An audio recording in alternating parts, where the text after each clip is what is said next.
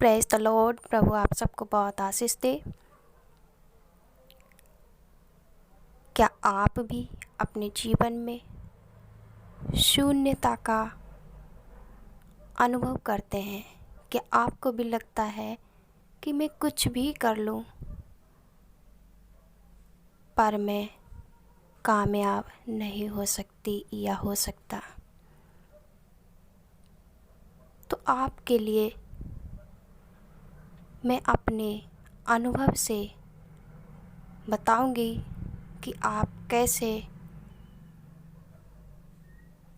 इस नकारात्मक विचार को परमेश्वर के बिना मैं कुछ नहीं हूँ, ऐसा तब हम कह पाते हैं जब हम सारे कार्यों को कर करके थक जाते, हार जाते हैं, और तब कहीं हम कह पाते हैं कि मैं कुछ भी नहीं हूँ, क्योंकि परमेश्वर हमें शून्य का अनुभव इसलिए कराता है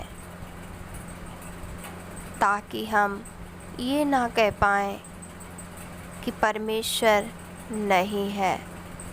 वो अपने गवाहों को इसीलिए खड़ा करता है, इसीलिए वो तैयार करता है गुप्त स्थानों में, ताकि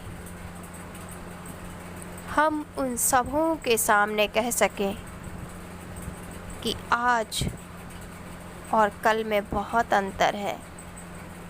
कल तक मैं परमेश्वर को नहीं जानती थी, पर आज मैं जानती हूँ, क्योंकि मैं शून्य और शून्य के अलावा कुछ नहीं हूँ।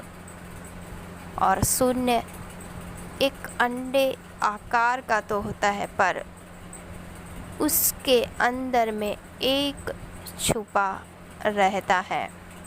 जब कोई व्यक्ति शून्य हो जाता है तब उसमें परमेश्वर कार्य करने लगता है।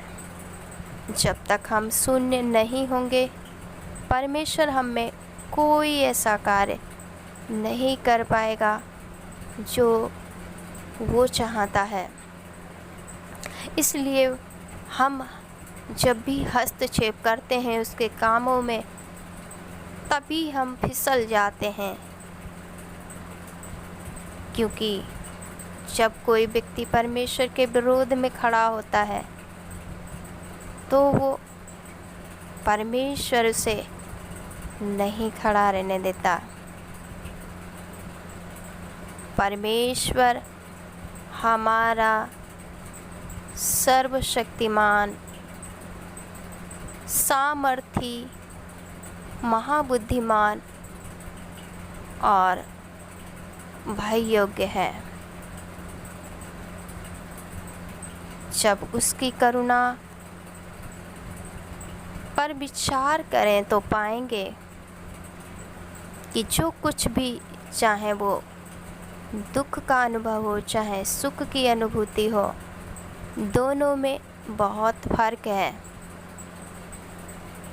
सच्चा सुख और शांति मैं उसी को मानती हूँ जो दुख में भी समभाव और खुशी आनंद के समय में भी खुश समभाव से चल सके, क्योंकि समानता एक बहुत ही अहम रोल निभाता है, जो कि परमेश्वर की उपस्थिति को प्रेजेंस करता है। वो ये दिखाता है कि हमें कोई फ़र्क नहीं पड़ता, चाहे दुख हो चाहे सुख हो, हम सिर्फ परमेश्वर के हाथों की कठपुतली हैं और उसके ही कंट्रोल में हमारा ये जीवन है। हम ऐसा समझते हैं क्योंकि हमें मालूम है हम परमेश्वर के बिना कुछ भी क्रिएट नहीं कर पाएंगे। जिस पौधे की जड़ें उखाड़ दी जाएं भूमि में से, वो पौधा नहीं चल सकता। इसी तरह यदि हम परमेश्वर में नहीं हैं तो कुछ नहीं कर सकते।